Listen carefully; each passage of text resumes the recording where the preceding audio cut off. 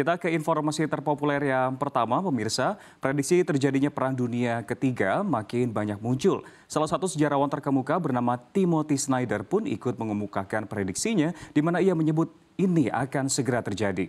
Snyder, seorang profesor sejarah Universitas Yale yang berspesialisasi di Eropa Timur dan Uni Soviet, mengatakan warga Ukraina yang berperang melawan Rusia sedang menangkis perang dunia ketiga maksud kami. Ia menyamakan tahun ketiga perang skala penuh di Ukraina dengan periode menjelang Perang Dunia II. Membandingkan tahun 2024 dengan tahun 1938, Snyder mengatakan Ukraina sebanding dengan Cekoslowakia yang memilih untuk berperang. Konflik besar-besaran yang terjadi di Ukraina selama lebih dari 2 tahun telah memunculkan kemungkinan terjadinya Perang Dunia Ketiga. Namun, negara-negara NATO sudah jelas bahwa mereka bukan pihak yang terlibat dalam perang di Ukraina dan ingin mengurangi kemungkinan kekerasan menyebar keluar perbatasan negara tersebut. Kiev telah memperingatkan bahwa jika Ukraina jatuh ke tangan pasukan Rusia, negara-negara lain di Eropa akan menjadi sasaran berikutnya dalam daftar sasaran Rusia.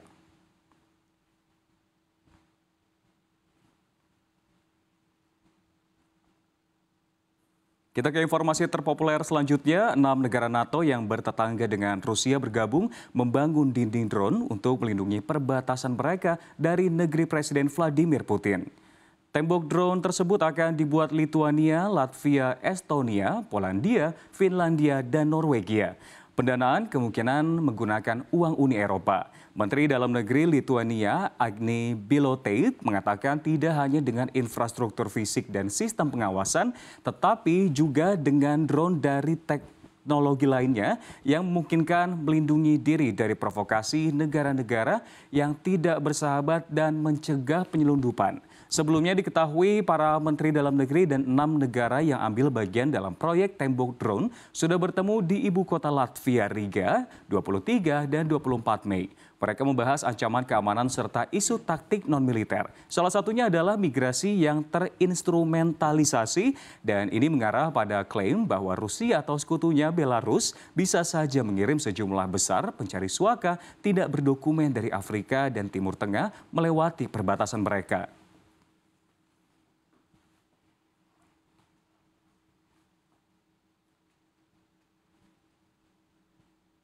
Informasi terpopuler selanjutnya dari domestik, pemirsa. Presiden Joko Widodo menerbitkan aturan terbaru mengenai simpanan tabungan perumahan rakyat atau TAPERA.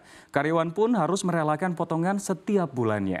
Jokowi memastikan kebijakan tersebut sudah dihitung dengan cermat sehingga tidak ada beban berlebihan yang dirasakan oleh masyarakat. Secara keseluruhan dalam pasal 5 PP Tapera ini ditegaskan setiap pekerja dengan usia paling rendah 20 tahun atau sudah kawin yang memiliki penghasilan paling sedikit sebesar upah minimum wajib menjadi peserta Tapera.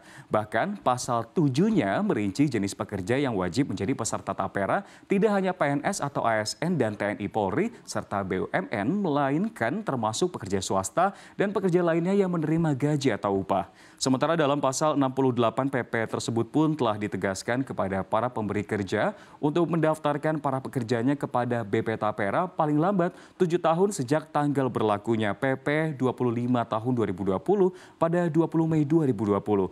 Artinya pendaftaran tersebut harus dilakukan pemberi kerja mulai tahun 2027 mendatang.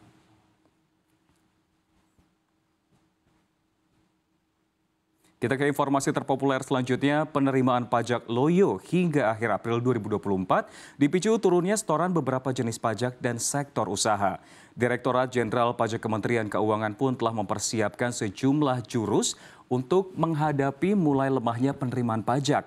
Menteri Keuangan Sri Mulyani Indrawati mengatakan total penerimaan pajak hingga 30 April 2024 terrealisasi Rp624,2 triliun atau turun 9,3% dibandingkan realisasi per akhir April 2023 yang sebesar Rp688,2 triliun.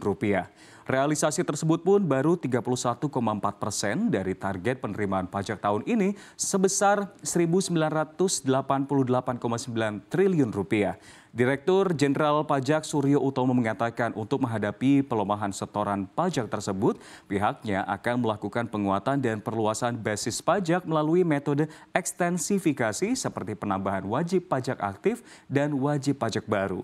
Selain itu, juga ada kebijakan intensifikasi melalui kemudahan pelaporan pajak dan penguatan pengawasan kewajiban dan kepatuhan pajak, serta melakukan upaya penegakan hukum atau uji kepatuhan untuk tahun-tahun sebelum, tahun-tahun berjalan, atau yang sudah lewat.